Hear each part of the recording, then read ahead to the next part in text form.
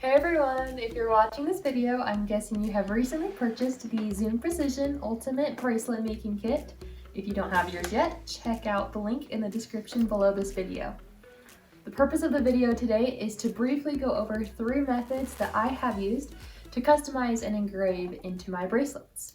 The first method I'll go over involves using an engraving machine. You can use your Silhouette, Cricut, or Brother Scan & Cut machine along with the Zoom Precision engraving tool. The second method I'll show you uses a metal stamping kit where you use a hammer to stamp your design into the bracelets.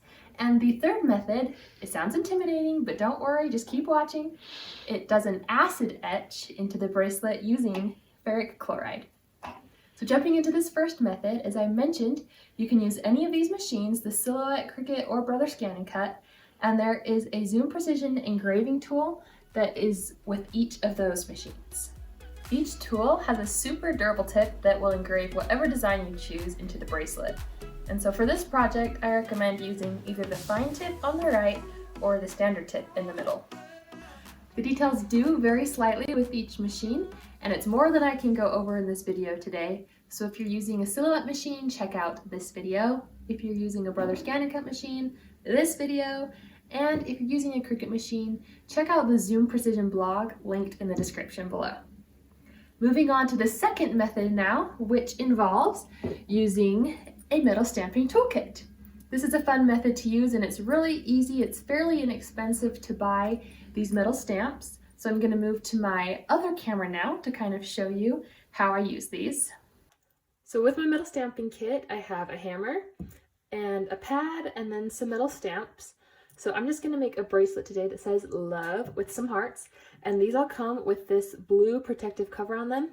So I just peeled that off this other side here, and then I like to put some tape down on this pad to hold it in place while I'm stamping it. I put the tape on.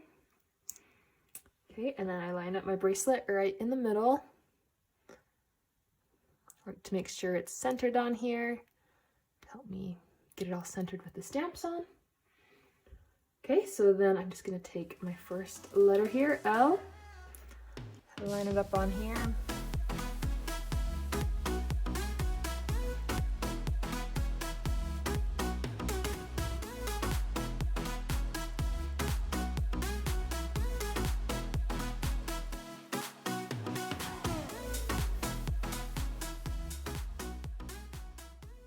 So after you've stamped everything, you'll then fill it in with a black paint marker. So I just kind of dab it.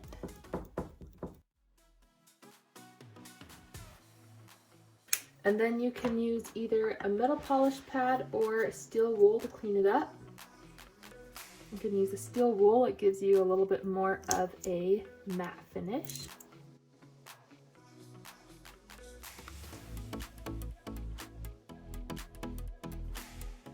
Okay, and then once it's cleaned up, you bend it into shape using this bending tool here.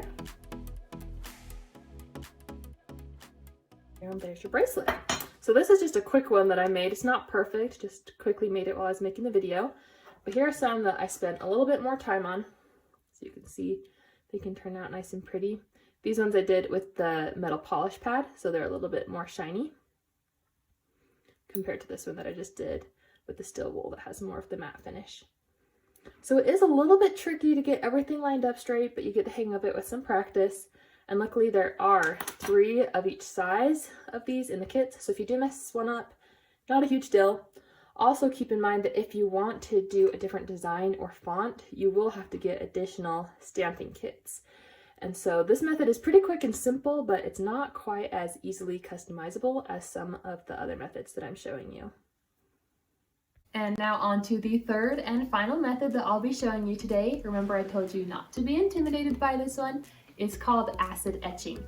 This one's super fun because you can use any design that you cut into vinyl, and then you place that design on the bracelet and immerse it in ferric chloride. You can etch it as deep as you want. You'll just leave it in the ferric chloride longer for a deeper etch in there. This is kind of a fun and sciencey method, so if you want to use it as your kid's science project, go for it. And I'm gonna head on over to my other camera again to show you how I do it. First, you'll need to cut your design out of vinyl, and there are tutorials online of how to do this by hand if you don't have an electronic cutting machine. But since I've got my Silhouette Cameo 4 here, I'm going to cut it out using my auto blade. Once the vinyl's cut out, you'll need to weed all the parts that you want etched into the middle, and the parts that are still covered with vinyl won't be etched. So I'm doing a more intricate design here just to show you what can be done with this method.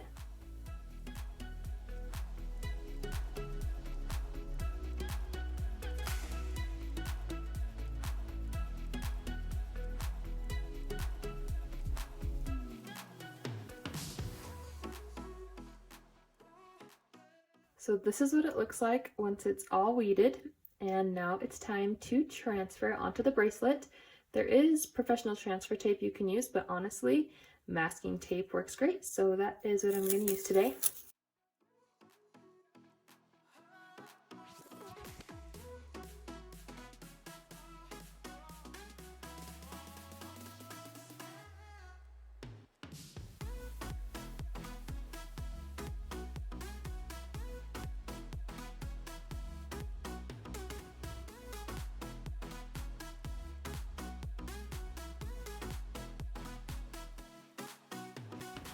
It's almost ready to submerge now. I need to cover all the parts that I don't want etched.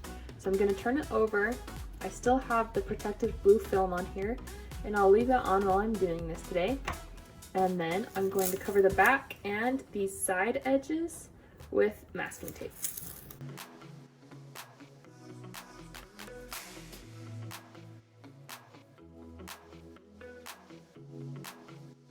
Okay, and now I need to make a handle put on the side here that I'll use to lift it in and out of the ferric chloride.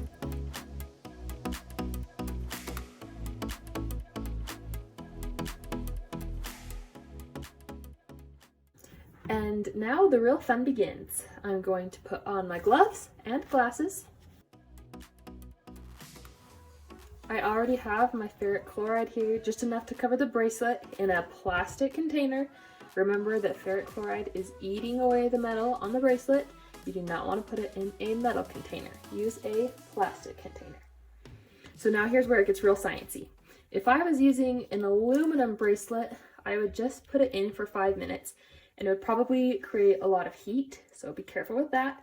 But this copper takes a longer time. So I'm going to put it in here and leave it for like 2 hours. I'll come back and check it halfway through, and it's good if you can kind of agitate it throughout and get some fresh acid on it. But when you do that, do be careful that you're not messing up your design. So I'm going to step away, let this work for a little bit, and then I'll come back and show you what's happening. Okay, this has been in here actually for closer to 3 hours now. So I'm just going to peel off all the vinyl and tape and wash it in water. And then I need to rub it in baking soda just to make sure that all of the acid gets neutralized.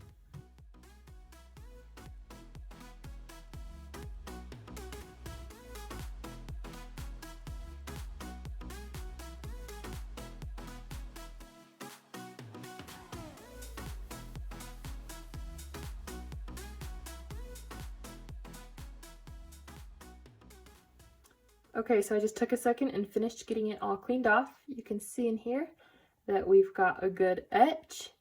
The chemical reaction just leaves a little bit of a residue on there. So I'm going to take a paper towel, dry this off.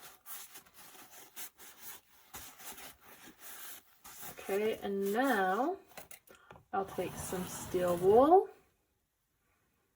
and work on this for a second.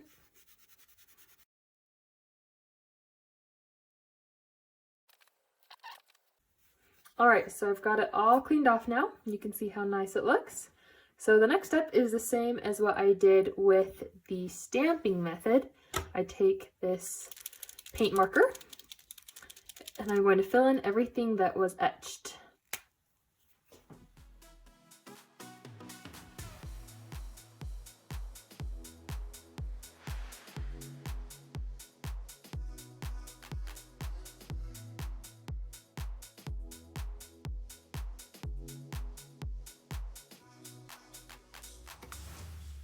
And now it's time to bend it.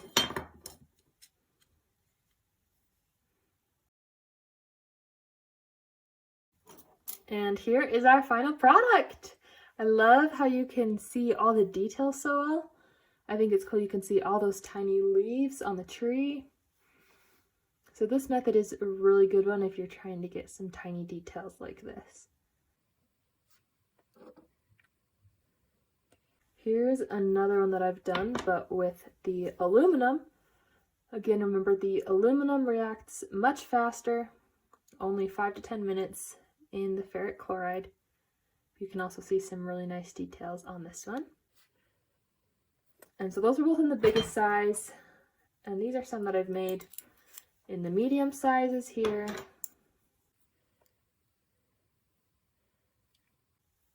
And then the smallest size. And that's the end of this method. Please remember to like and subscribe if this video has helped you and if you'd like to see more videos like it. And feel free to comment below any questions or reach out at zoomprecision.com.